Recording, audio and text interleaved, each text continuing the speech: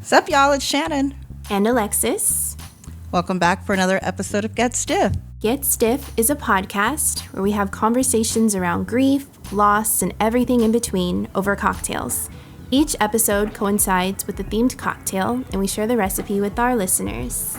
Today's cocktail is the Dirty Shirley. It's a cocktail mixed with vanilla vodka, grenadine, ginger ale, maraschino cherries. Wow. And you can add a lime if you like. Will we love it? Will we hate it? We're going to find out together. So if you're ready, let's raise a glass. Holy shit, yours does look like blood. Take a sip. I know. It's so fitting for me. Oh dear God, that is sweet. I made a commitment. I made it strong. Let's get into it. And let's get into So it. bloody. Yeah, mine looks like straight up blood.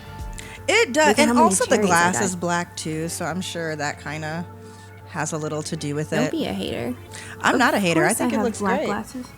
I think it looks great. Ooh.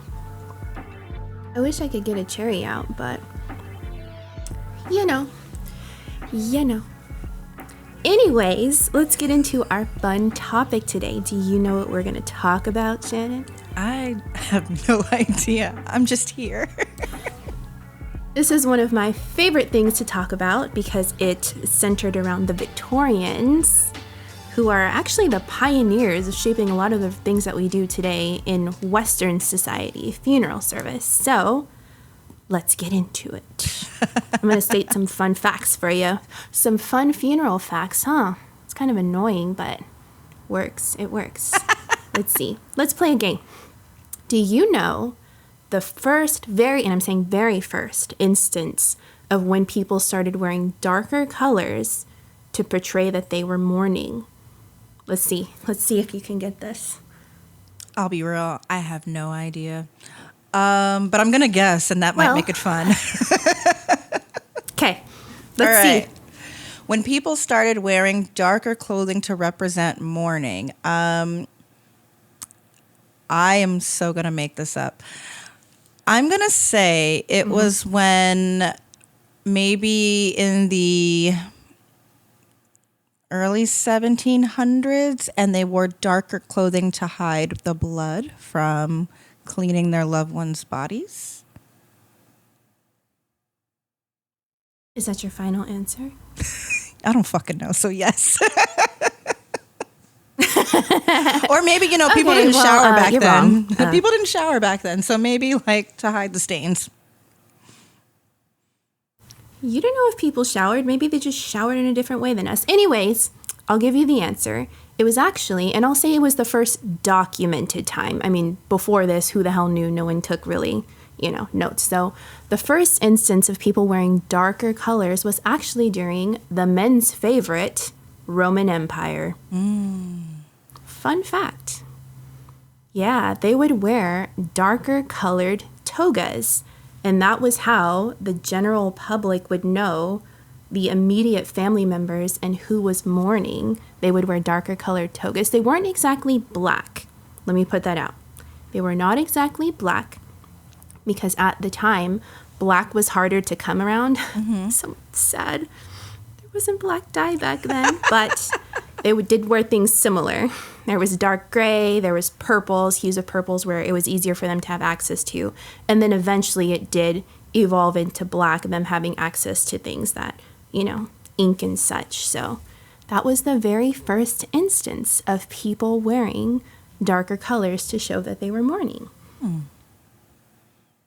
Isn't that fun? Are you mourning now? Is that why you're in all black? Constant state of mourning? I'm in a constant, I'm like Queen Victoria, Black is just so happy, as Morticia says. Black is such a happy color. Fair. You know what? Yeah. Fair. Yeah, I didn't know that. So, I didn't know that. you didn't. You had no idea. I mean, your bloodstain thing wasn't too bad. I wonder if that was another. I feel like this is going to be the dynamic of this episode. Is just you telling me what the facts are after I guess something outrageous. But we're just going to roll with it. Yeah. Well, I'll give you a little bit of a rundown too. So, speaking of the lovely Miss Queen Victoria, she actually set the tone single-handedly for modern day mourning customs here in the US, and that all transpired when she lost her beloved Prince Albert. Did you know that? A Queen Victoria. Fun. I realized I shook my head, and there are people who are just listening to the audio, so I should probably actually say my answers out loud. Yeah. Please, for the people who are not going to be seeing our faces. Yeah, no, I didn't know. I did not know that. So how did she start that then when she was mourning her husband? So it all began, well, first of all, let me just say that the Victorian era, they already had mourning practices in place. So they had what were like 3 different stages of mourning, and this was just for the general public. They would have these different stages of mourning that they would be accustomed to. But Queen Victoria came around and she changed the game, because this woman mourned from the moment that her husband died until she died over 40 years later. So I wonder if, did you know? I wonder if it was, you mean openly, like in terms of like what she wore? She wore dark colors forever until she died? Is that what you're saying? Because I imagine it was a combination of everything. So yes, yeah, she did wear all black for the rest of her life to show that she was grieving and mourning her husband. But there were other things that she did as well, such as having the house, the palace, the exact same way as it was when her husband died. The servants would still have to change all of his stuff for him, put out his razor like he was going to shave. All of his stuff was left exactly the way that it was before he died. So when I say that she took grieving and mourning to a whole nother level, this woman took grieving and mourning to a whole nother level. I think I'd have to agree there. I think at least publicly, because I'm sure she wasn't the first person to grieve her husband until he died, but I think maybe that was probably the first display that was so public with the platform that she had at the time. I could see how that was probably the first time that it was just like, I don't care how you feel about it. I don't care how it makes you feel. This is how I feel, and I'm just going to live that, and you're just going to have to deal with it. But putting out his razor every day. Right. Well, it was different. Wow. And his chamber pot. His chamber pot, too. Like okay, he was going to be up Poops. using it. Okay, go Poops. Yeah, they had to put out fresh clothes for him every day, a fresh suit for him every day. It was like he was still very much, she would carry a photo with her, of him everywhere that she would go. And in any type of photography that was done of the family, of the royal family, there would have to be some representation of him. Like this woman very, very much kept her husband's legacy alive. I love that. I like that. Yeah, so it was Vicky. different in the sense because Victorians at the time... Ew, Queen Vicky, I don't like that. Put some respect on Victoria's name. I will do no such thing. This woman changed the game. Yeah, let's not get started on the royal family and all the things. But anyways, during this time, it was just not what the public was used to, because traditionally Victorians would let me rephrase that. Victorian women were expected to grieve if their husbands passed away for 2 to 3 years. Now, during this duration of the 2 to 3 years, you would go through, as I mentioned before, the 3 different stages of mourning. And depending on what stage you were in and what time frame is what you would be expected. So the first stage would be the first year, and this is what was called deep mourning. This is when you're expected to be all black. You are to cover your face. You are to not make any public appearances and to pretty much show that you are just so deep in mourning the loss of your husband. What about the other stages? And that one lasted for a full year. Yeah, so after deep mourning, you would go into what was called the second mourning phase. And this phase, it would vary. Some people would do it from 9 to 12 months, some people 6 to 12 months. But this was when a couple of things shifted. You no longer had to cover your face, and you no longer had to wear solely black. You could have black with like little white stripes or like little gray stripes or like little tiny hints of color were allowed during this period. But the biggest thing was that once again, you could start showing your face. After this second stage, you would move into the final stage of what is called half mourning, which would be the last 6-ish months or so. I didn't come up with these terms. This was just what it was. But can you imagine? During this phase is when you could start incorporating. You still grieving, girl? Well, a little bit. My thing is like, a little bit, how would people say? It'd be like just by looking at you. So it's like, oh, you're in that half mourning stage, huh? Look at you being almost over it. See some color going. It's just look at you being almost past it. We're about 2 years in. You can start wearing some color. So in the half mourning stage, you could essentially start wearing purples, like dark purples, like lavender type colors as well, light purple, and then gray. So those were allowed. So that would be your final stage of mourning. And like I said, typical mourning was 24 to 36 months or 2 to 6 years. Now, let me say, this is for women. Women only had this crazy expectation. Let's get started on the men, shall we? Keep in mind, during the women's time, there was no canoodling with any sorts of any other type of men. You were in mourning. You were not to talk to any other type of man. You can't even think about dating any type of man. You are only caring about your husband. Okay? Let's keep that in mind. Men, on the other hand, 3 months of mourning only. 3 to 6 months expected to mourn their wife if their wife passed away. Now, no. Raggedy. Only getting started.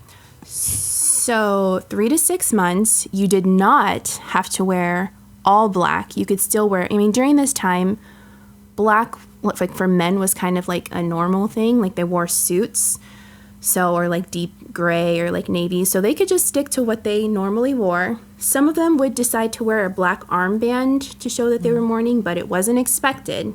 They could choose to do that. But men were allowed to not only date, they were allowed to remarry. So there's that. So were women never allowed to remarry, or they weren't allowed to remarry until they were done mourning? Until they were done mourning. But like for 3 years? No, because that's like deep mourning. It's like 3 years. And then you have what'd you say? Kind of mourning, and then halfway I miss you a little bit mourning? No, so in total it is 3 years. Deep mourning is only the first year. Oh, okay. Even still that. But you know what? That doesn't shock me. It doesn't shock me. Yeah.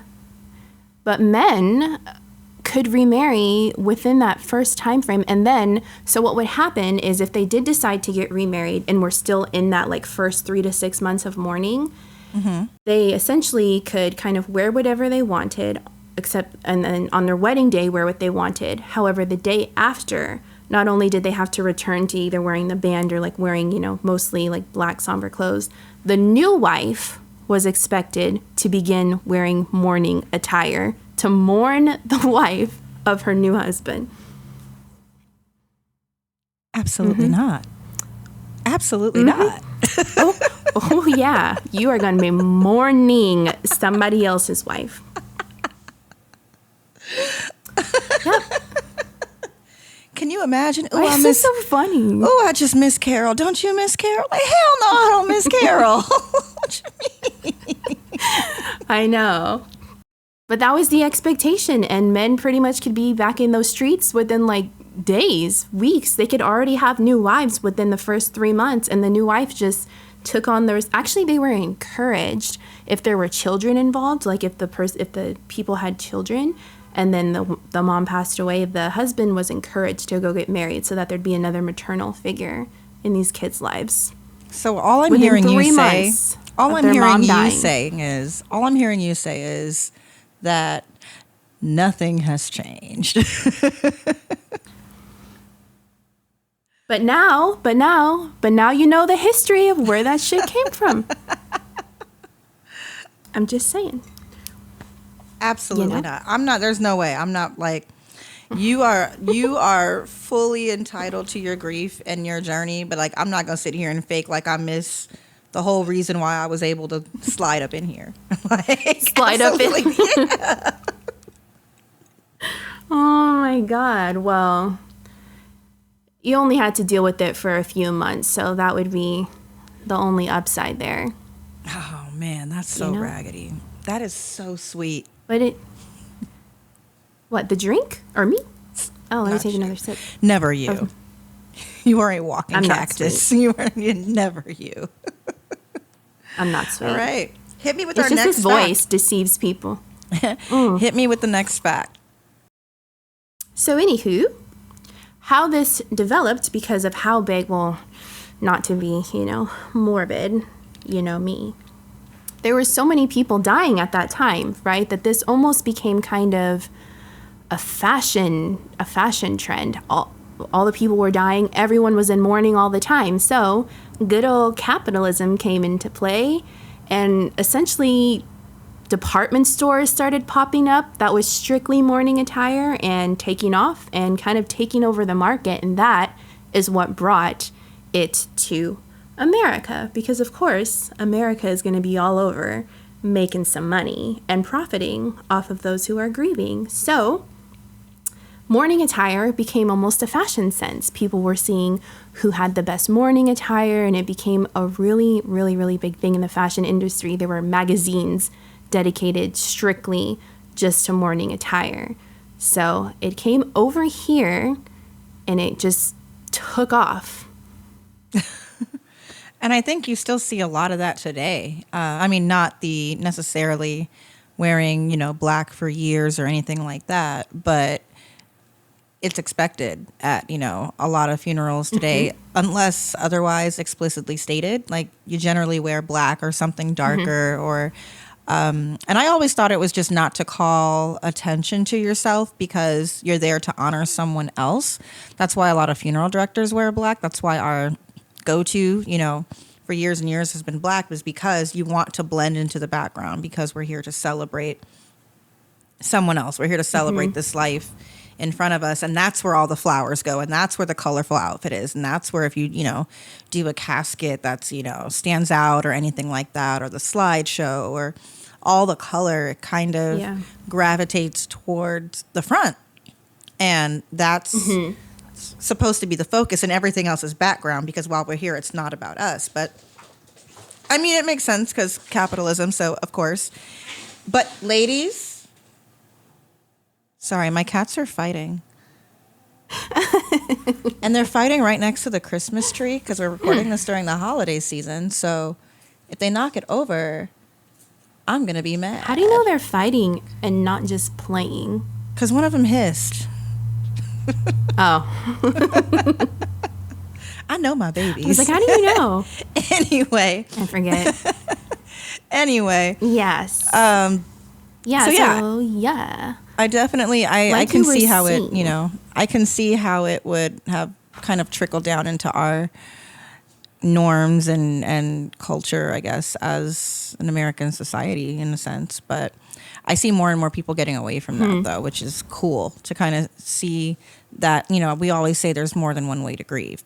So I kind of like how we're shifting from that tradition of you have to look this way, this has to be this way, you're expected to act a certain way, look a certain way, and present yourself in this manner to let the world know that you're still sad. When in reality, I'm happy that we're kind of getting away from that. Do the all black thing if you want to, and that's great, but it's not required anymore. And I kind of love that because it just speaks to how every story's different, every person's different, and your grief journey, even though the same thing happened, like a death took place, someone transitioned out of this life, you're not expected to perform in the same way as every single other person. You're not expected to put on this show.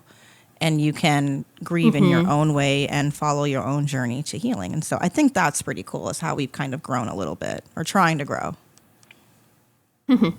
Yeah, and I think the all black thing is still very traditional. Now we're kind of seeing why, we're getting the root, but in some cultures, and that's here in America, right? Not everywhere is like here. Like in some cultures in like China and Japan and India, to funerals, they actually wear all white. They do not wear any black. Black is actually frowned upon.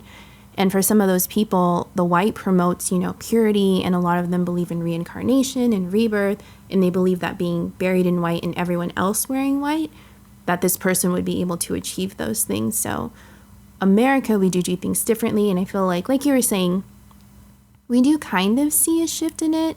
Like if someone had, I know when I was working on funerals, if someone had a favorite color, sometimes families would request, like I've literally been to all pink funerals. I've been to orange. I've been to yellow, been to everything. So I think it's more acceptable now to not have to do the strictly head to toe black thing. And I think I'm all for the all black thing if you like, but I don't think that it's required. I think that we're definitely seeing a shift, and whatever most people feel comfortable with is kind of what we see, I'm just going to wear the most obnoxious, brightest color to your funeral that I can find.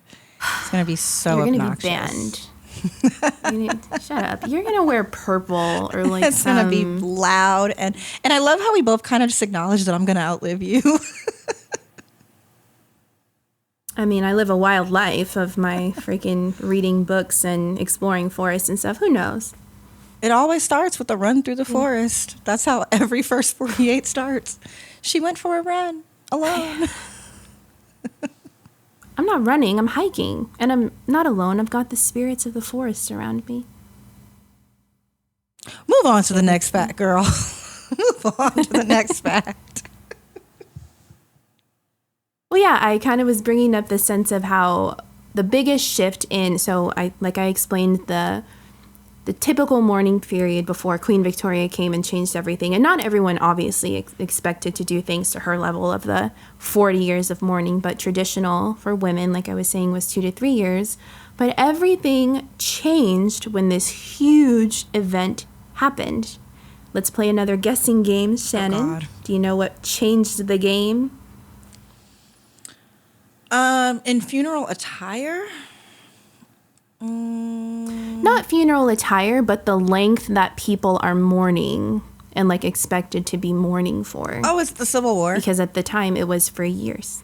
Yep. Well, it was World War I. Initially, the World War I came, and there was a war, and people were dying left and right at crazy, crazy speed. So for someone to sit and mourn for 2 to 3 years, especially women who had children and they had to take care of, it just kind of began being phased out at that point. And then, like you mentioned, the Civil War came not too much longer after. And again, so much death happening. People didn't have, the time to think about mourning for a period. They were worried about getting their soldier home and all these other things that, again, we saw a shift in funeral, mourning practices and attire, wearing all black for months and years on end. Wait a minute. Run that back. So men only had to grieve for 3 months, maybe, so they could remarry and have a new mommy for the kids. But women were expected to wait a period of up to 3 years, even if they had children. So what does that say historically about the importance of mothers in raising children and the importance of fathers? Like, they're basically saying, in terms of the dad dying, fuck them kids, is really what they're saying. I had to run it because I was thinking about that, and I'm like, wait a minute. So, you're just saying dads aren't important, which they very much are. But that's wild, where it's like, no, they need a mom, but the dad, give it 3 years. That is insane. Yeah, and essentially when the women were in mourning, they weren't, obviously at their best, but not only are they having to worry about their children, Now they're having to worry to make sure that they're wearing the right thing to prove that they're grieving their husband in the right space at the right time for the right length, you know? All these extra expectations of women that men could already be shacked up with somebody else. It's like... That's some bullshit. That is some bullshit. That's all I have to say about that is that's some bullshit. Pretty much. But I mean, the biggest thing that we saw was Queen Victoria. And I think it made a statement because it, like you said before, it was on such a high platform because she was this huge public figure who was here and she was like, I'm here, my husband died, and I am never getting over it, and I don't care who the fuck knows it. Like, she was very, very much present in her grief, and she wanted everybody else to know that she loved this man and that she was not going to get over it. She, like, barely, after he died, she barely went out in public. Anytime that she did, she was in all black, head to toe. Sometimes she'd still cover her face, like, very, very much never left that deep mourning phase and didn't give a fuck who knew it.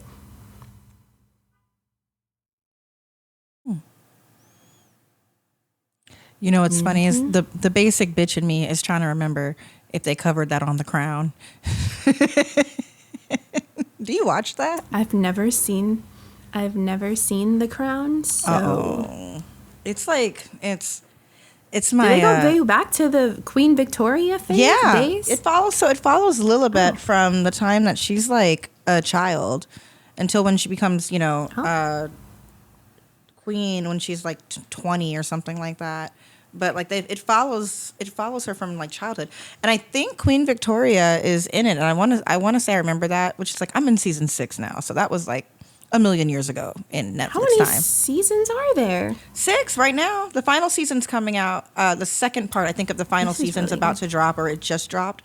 But it starts with Queen Elizabeth being like a little kid, and then goes all the way up to like Diana.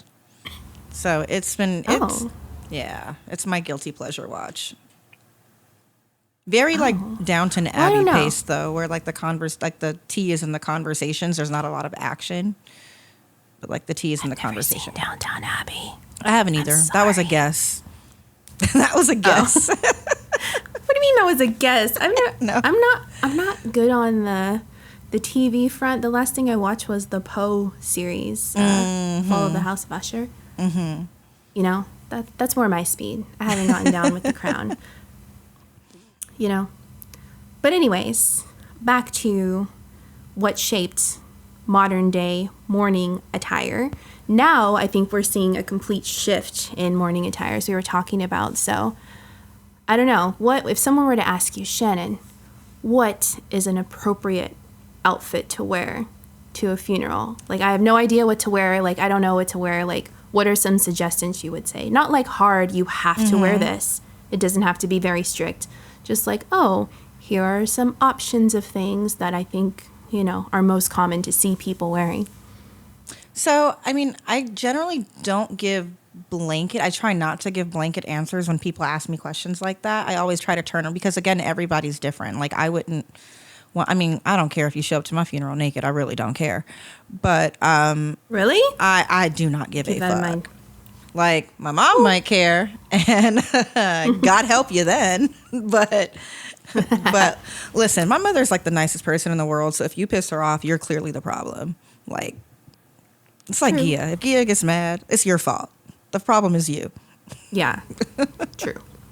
So, I mean, I think I would tell someone, I would kind of, instead of saying this is what you should wear, I'll start with a question like, so say this is your grandmother's service. It's like, okay, how did she dress on her best day? How did she like to, when she went out, how did she like to look? And I think that the outfit that you choose for that day should honor the person that you're celebrating. So I said I'd wear bright purple ears. I'd probably wear like all black, but it would be like very sleek and like it'd be a thing, to honor the person that you're honoring. So I think you want to dress for that. If that person were there to say, okay, like, were you in my closet today? To really, I think that'd be a great statement. But also just something that you feel the best thing to wear to a service is something that you feel comfortable in, something you're not going to be adjusting every 5 seconds, something that, you know, you want to make sure that you're comfortable and that you are able to just be there for the ceremony, be there to kind of really immerse yourself in honoring that person's legacy. Because at the end of the day, like you said, it's not about you. It's about the person who we're here to celebrate.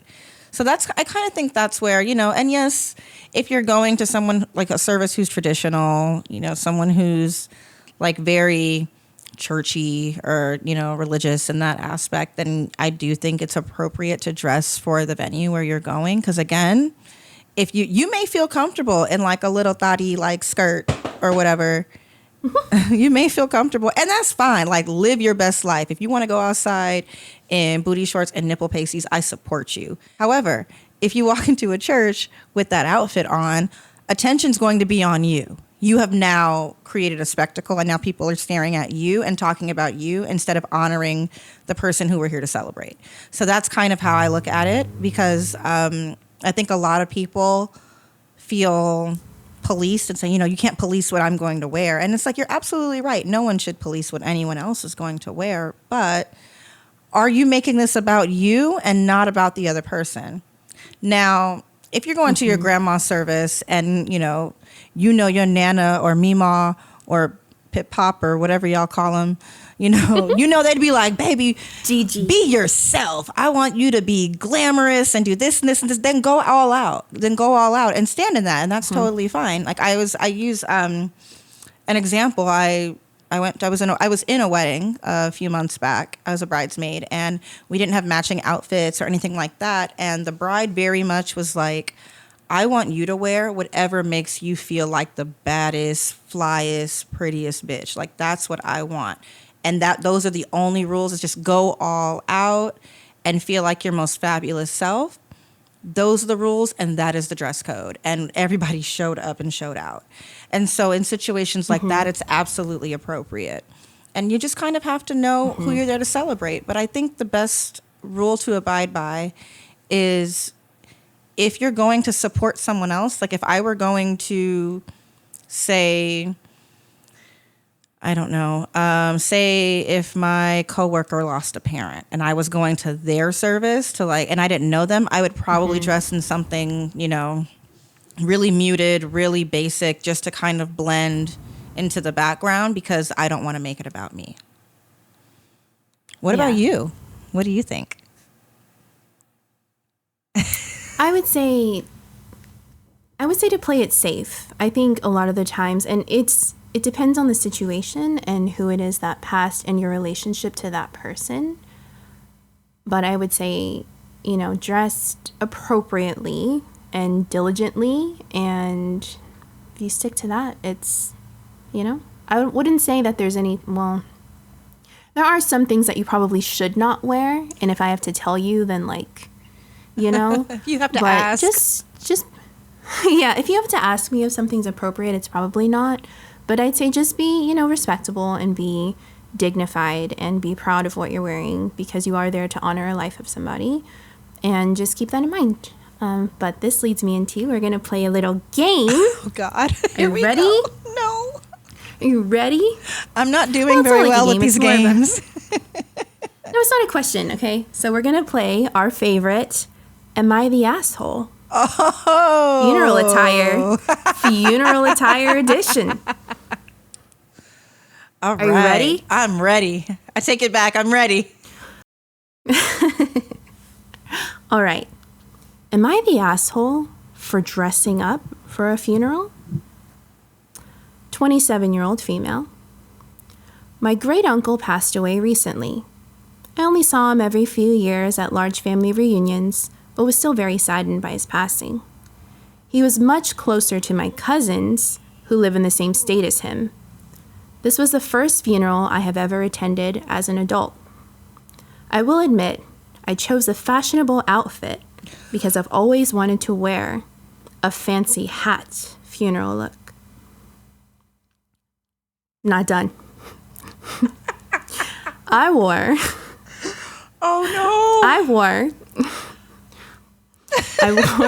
a tight black dress, high heels, and a small hat with a small veil that only slightly covered one eye. Everyone else, wait. Everyone else, including my immediate family, wore button-down shirts or a simple black dress, modest. No one else was in heels. I did feel silly, but I still got several compliments from my aunts. However, my cousins, who were really close to my uncle, made several comments expressing their annoyance with my outfit. They said it wasn't a fashion show and it wasn't a movie set. They said this is very much a real-life event, and they asked me not to take any Insta pics. I didn't even have intentions of taking pictures for social media, and I think they only said that to shame me for what I was wearing. But was I wrong to take this opportunity to dress up? Am I the asshole here, or are my cousins? Thoughts, Shannon? Okay, see, I wasn't on her side at first. But it just sounds like they hating because you shining, baby girl. And they're just hating because you're shining. They felt frumpy. You looked good. Anytime, especially because, like, it's not like she rolled up wearing a bright red dress or something like that. You know what, girl? Rock on with your black dress and your little hat. Like, rock Your little hat. I was going to be shady. But you know what? No, you're not the asshole here. You were dressed appropriately. You had on a black dress. You had on high heels. You wanted to be cute. You're young. 27 is young.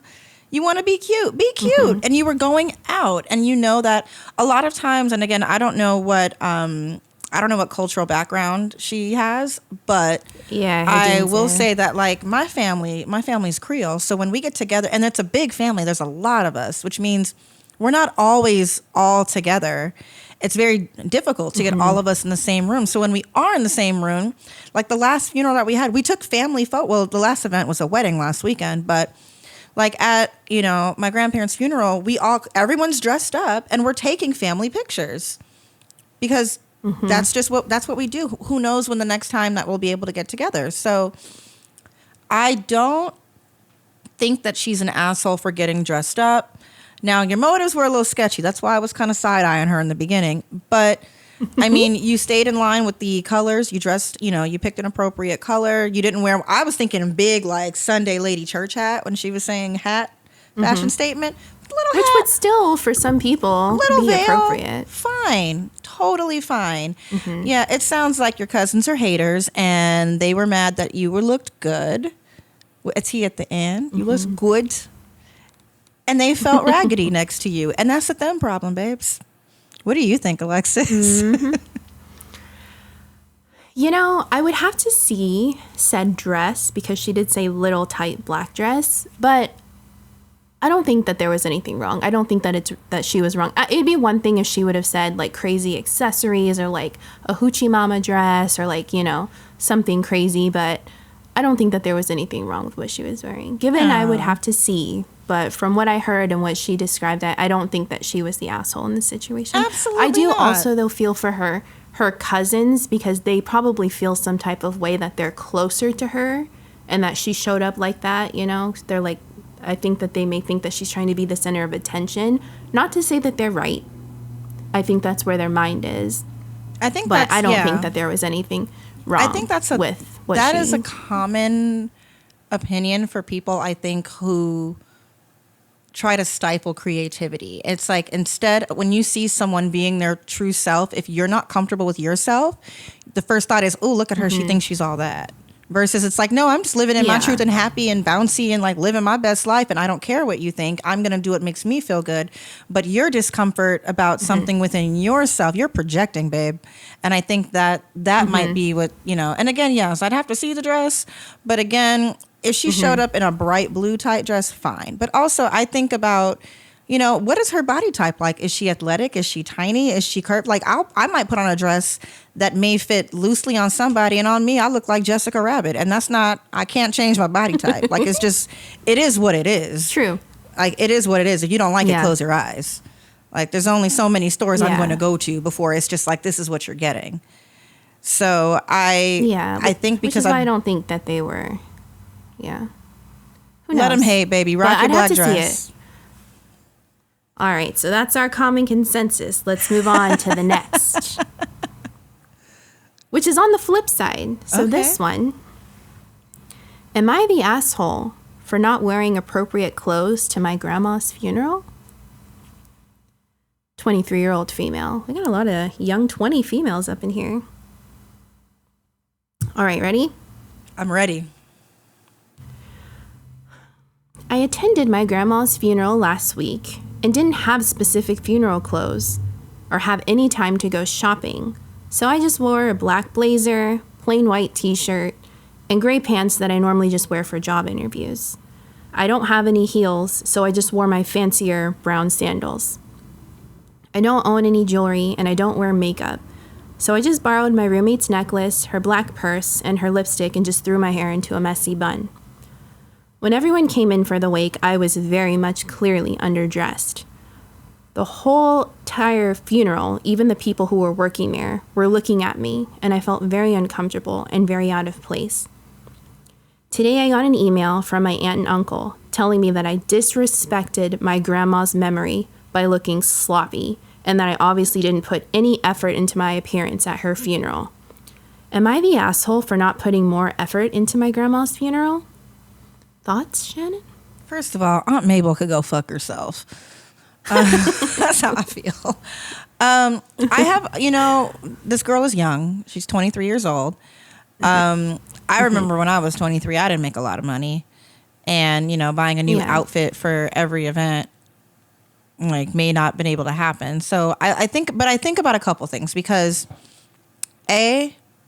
I'm curious about, first of all, what part of the country they're in. This sounds like the South.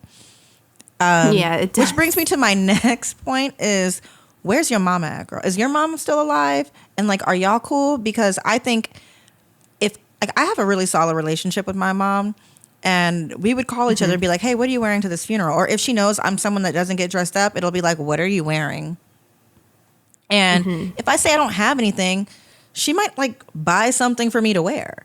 Or, if I don't have money or whatever, she might actually help me out. Or, I think you did your best with what you have. It sounds like you don't have a lot of money. Now, that being said, if you are one of those people that has a decent job right out of college and you could have done it, if you had the funds for it and the dynamic of your family, you probably should have done it. And so I will say there's a little bit of accountability that needs to be had there if you had the funds and just chose not to do it. Now, if you wanted to do it, and it sounds like you did, if you truly did do your best with what you had because you didn't have the funds, then Auntie Mabel could go fuck herself. But I'm interested as to why so many people were looking about why they cared about how you were dressed versus why they were there. That's interesting, especially because it's not like, you came in with a really elongated neck and you were, over sexualized or whatever and trying to draw attention. You had a black blazer. You wore, your nice pants, your nice sandals. You did the best with what you had. So again, I'm assuming that this young lady can't afford it, which is not her fault. In which case, why is your family not helping you out? But this sounds like a family that doesn't talk to each other and they're just looking for a reason to snipe at each other, which is why I stand on my original position of Aunt Mabel could go fuck herself. You can just block her and not respond. And because no response is very much a response. And go about your life. But that goes back to our point of dress for the person who has passed. You know what I mean? So let the person whose service it is, whose celebration it is, decide the vibe. So if you know that your grandmother was very tight and, tightly dressed, that's a weird phrase, but if tightly dressed, what is this, 84? Tightly dressed. Maybe. But if she's someone that did like to dress to the nines or liked that type of look, then you even if you didn't have the outfit, you could have combed your hair. Let's be real. The bun didn't have to be messy. But, some girls like that little messy bun look and, it's cute. But maybe not for a service that you knew was going to be polished if you already, weren't dressed up. So, I don't know. There's a lot of details missing for me. Yeah, that's exactly But what I say. that Like, email after the fact there's is so much bitchy. context. Yeah, the email after the It's fact so- is bitchy. But It is, and it has serves no other purpose but to make her feel shitty about herself. Like there's no other underlying tone besides like trying to make someone feel bad. And obviously, this family is still grieving, so like you don't need to be doing shit like that. Like you don't need to be attacking each other. So I would Something's definitely telling me, though, need to know more. something's telling me though that she's leaving out some key details, because you know how like the babies love to be like, I just did my best and they made me feel bad. It's like, all right, deep down, did you like for a tiny little second think like, I'm gonna do this and dare them to say something, and then play the victim, but like deep down you kind of knew what you were doing? I'm just curious. It's giving Gen Z vibes. Stop it. Listen, 99.9999% of the time, I fuck with Gen Z. I really do. The kids don't give a fuck, and I'm all about it. I love it. They are taking over the world one TikTok at a time, and I'm here for it. But They are. I will say that kind of screams a little bit of like we're missing some accountability here, babe. There aren't enough details. Probably. I think that there's a lot missing from that story, and I can't say if she's the asshole or not because we don't have the full story. But either way, that email from your auntie is bitchy, because at this point, the service is over. The service is over. How come you're just blaming the auntie? It's not just the auntie. It's also like a fucking uncle. But I mean, let's be real. Mabel sent that goddamn email, probably from an Earthlink email address. Maybe it was Mabel and Earl. We don't know. Mabel and Earl at msn.com. Yeah, no. No.